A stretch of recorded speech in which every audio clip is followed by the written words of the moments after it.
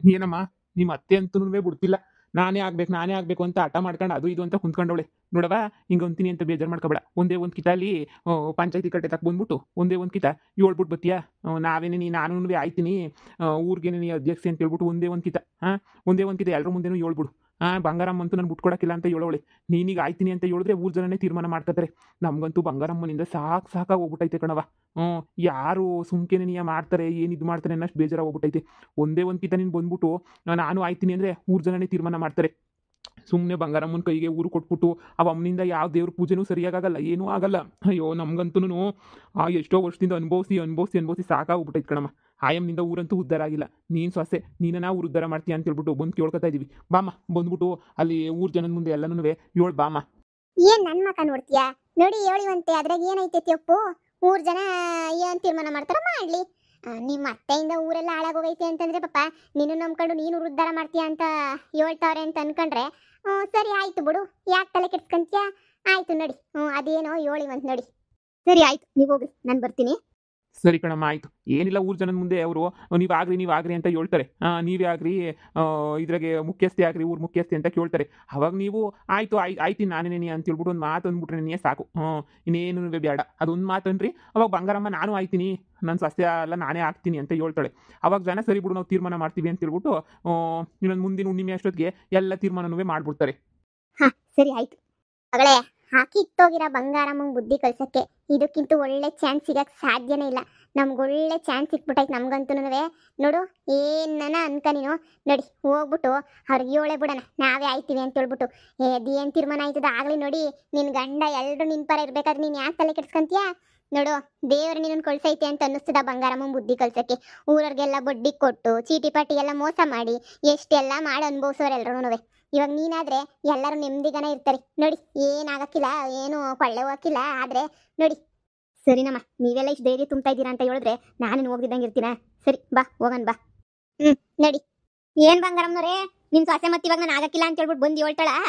ನೋಡಿ ಅವಳು ಆಗಕ್ಕಿಲ್ಲ ಅಂತಳೋ ಆಯ್ತೀನಿ ಅಂತಳೋ ಏನಂತಳೋ ಏನಂದ್ರೂ ಆಯ್ತೀನಿ ಅಂತ ನಾನು ಅನ್ಲಿ ಆಗಲ್ಲ ಅಂತ ನಾನು ಅನ್ಲಿ ನಾನಂತೂ ಈ ಮುಖ್ಯಸ್ಥೆ ನನ್ನ ಸ್ಥಾನನ ಬಿಟ್ಕೊಡಕ್ ರೆಡಿ ಇಲ್ಲ ಅಂತ ಹೇಳ್ಬಿಟ್ಟು ನಮ್ಮ ಜನರಿಗೆಲ್ಲ ಹೇಳೋಣ ಅಂತ ಹೇಳ್ಬಿಟ್ಟು ನಿನಗೆ ಬಂದೀವ್ನಿ.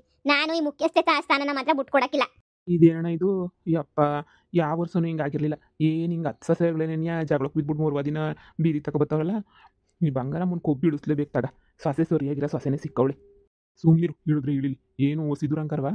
ಊರ್ಗ ಮಿಕ್ತದೆ ಅಮ್ಮನ ದುರಂಕರ. ಸೊಸೆ ಸದ್ಯ ಆಗಕ್ಕಿಲ್ಲ ಅಂತ ಹೇಳ್ಬಿಟ್ರು ಅಂತೂ ಕಷ್ಟ ಆಯ್ತದೆ. ಆಯ್ತೀನಿ ನಾನು ಅಂತ ಕುಂತ್ಕೋಬೇಕು. ಆವಾಗ ಗೊತ್ತಾಯ್ತದೆ ಬಂಗಾರಮ್ಮಂಗೆ. ಅಮ್ಮ ಈ ಕಿತ್ತೋದಳಕ್ಕೆ ಬಂದ್ಬಿಟ್ಟು ಎಲ್ಲ ಕೆಡಿಸ್ಬಿಡ್ತಾಳೆ ಅಂತ ಅನ್ನಿಸ್ತಿದೆ ಕಣಮ್ಮ. ಅಲ್ಲೋಡು ನಡ್ಕೊಂಡು ಗೊತ್ತಾಳ ಅಮ್ಮನ ಕರ್ಕೊಂಡು. ದೊಡ್ಡ ನಾಯಿ ಅವಳಿಂದನೇ ನಮಗೆ ನೆಮ್ಮದಿ ಇಲ್ಲ ಕಣಮ್ಮ. ಅವಳಿಲ್ಲ ಅಂತ ಹೇಳಿದ್ರೆ ಹೆಂಗೋ ನೀನು ಆರಾಮಾಗಿರ್ತಾ ಇದ್ದೆ. ಈ ನಮ್ಮ ಅಣ್ಣನೇನಿಯ ಆ ಮುಖ್ಯಸ್ಥೆ ಐತೆ ಈ ಮುಖ್ಯಸ್ಥೆ ಅಂತ ಹೇಳ್ಬಿಟ್ಟು ಏನೇನೋ ಹೇಳಿ ಇವಳಿಗೆ ಒಪ್ಸವನೇ ಅನ್ನಿಸ್ತದೆ. ಇವಳಿಗೇನೋ ವಿಷಯನೇ ಗೊತ್ತಿರಲಿಲ್ಲ ತಾನೇ. ಮತ್ತೆಲ್ಲ ಹೆಂಗೆ ಗೊತ್ತಾಯ್ತು ಹೇಳಿ ವಿಷಯ ಎಲ್ಲನೂ? ಬಿಡು ನನಗನ್ನಿಸ್ದಂಗೆ ಅಂತೂ ಏನೋ ಅದೇನೋ ಅಂತಾರಲ್ಲ ನಮ್ಮ ಅಣ್ಣನಿಂದನೇ ಇಷ್ಟೆಲ್ಲ ಆಗಿದ್ದು. ಸುಮ್ಮನಿರು, ಅವಳು ನನಗೆ ಮುಂದೆ ಏನು ಮಾಡಬೇಕು ಅಂತ ಸಂದಾಗ ಗೊತ್ತು. ನೋಡ್ ಬಂಗಾರಮ್ಮ ನಿನ್ ಸೊಸೆನೂ ಬಂದವಳು. ಇವಾಗ ನಿನ್ ಸೊಸೆಗೆ ಅದು ಏನು ಹೇಳ್ಕೊತಿರೋ ಹೇಳ್ಕೊಳ್ರಿ. ಅಂತೂ ನಮ್ಗೇನು ಇನ್ನೊಂದು 15 ದಿನದೊಳಗಡೆ ಊರು ಮುಖ್ಯಸ್ಥೆ ಯಾರು ನಿಮ್ಮ ಮನೆಗೆ ಅಂತ ಹೇಳ್ಬಿಟ್ಟು ನಮಗೆ ತೀರ್ಮಾನ ಆಗಬೇಕು.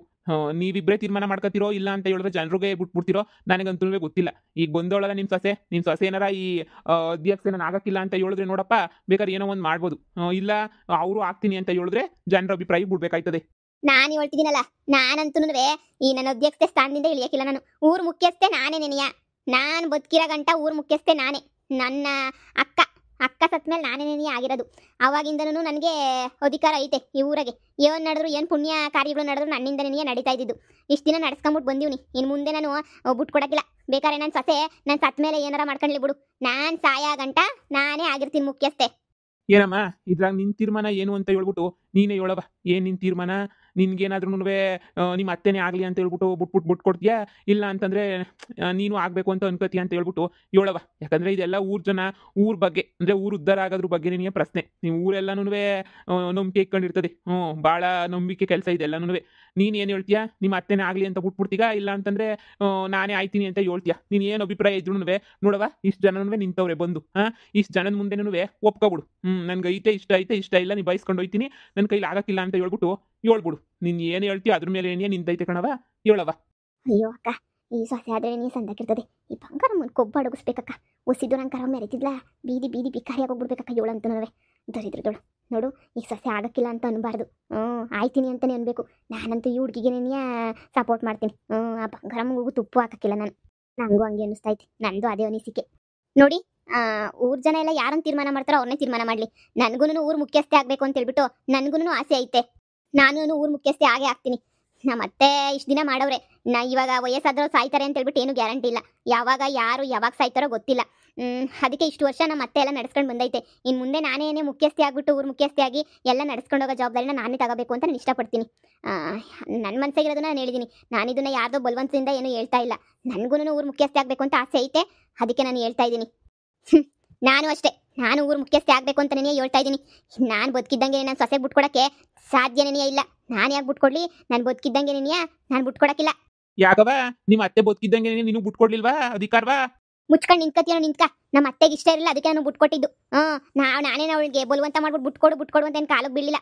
ಅವಳೇನೇ ನೀನೇ ಇಕ್ಕ ಅಂತ ಹೇಳ್ಬಿಟ್ಟು ಹೇಳಿದ್ದಕ್ಕೆ ನಾನು ಆಯ್ತು ಅಂತ ಹೇಳ್ಬಿಟ್ಟು ಒಪ್ಕೊಂಡಿದ್ದು. ಈಗ ನಾನೇ ಇಷ್ಟ ಇಲ್ಲ ಅಂತ ಹೇಳ್ತಾ ಇದ್ದೀನಿ. ಆದ್ರೂ ಆಯ್ತೀನಿ ಅಂತ ಹೇಳಿದ್ರೆ ನನಗೆ ಇದ್ರಾಗೆಲ್ಲನೂ ಒಪ್ಪಿಗೆ ಇಲ್ಲ. ಸರಿನಪ್ಪ, ಊರ್ ಜನಗಳೆಲ್ಲ ಕೇಳಿಸ್ಕೊಂತ ಇದ್ದೀರಾ. ಇವ್ರ ವಂಶದಾಗೆ ಅವತ್ತಿಂದನೂ ಗೌಡ್ರ ವಂಶದಿಂದನೇ ಇವ್ರ ವಂಶದಿಂದನೇ ಎಲ್ಲ ನಡ್ಕೊಂಬಿಟ್ಟು ಬಂದಿರೋದು. ಊರ್ ಕಾರ್ಯ ಕೆಲಸ ಎಲ್ಲ ಇವ್ರು ಮನೆ ಕಡೆಯಿಂದನೇ ನಡ್ಕೊಂಬಿಟ್ಟು ಬಂದಿರೋದು.